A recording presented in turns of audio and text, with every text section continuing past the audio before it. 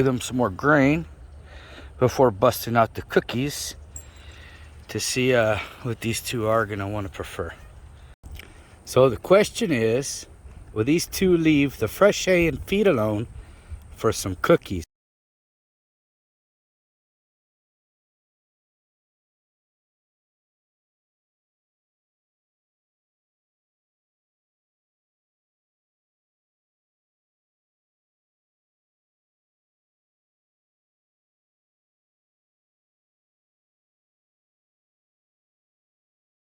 These two surprised me.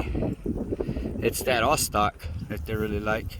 It's nice and sweet, possibly even sweeter than these cookies here that I know they do like and they're still gonna want. So might as well give them their treat for participating in my little experiment.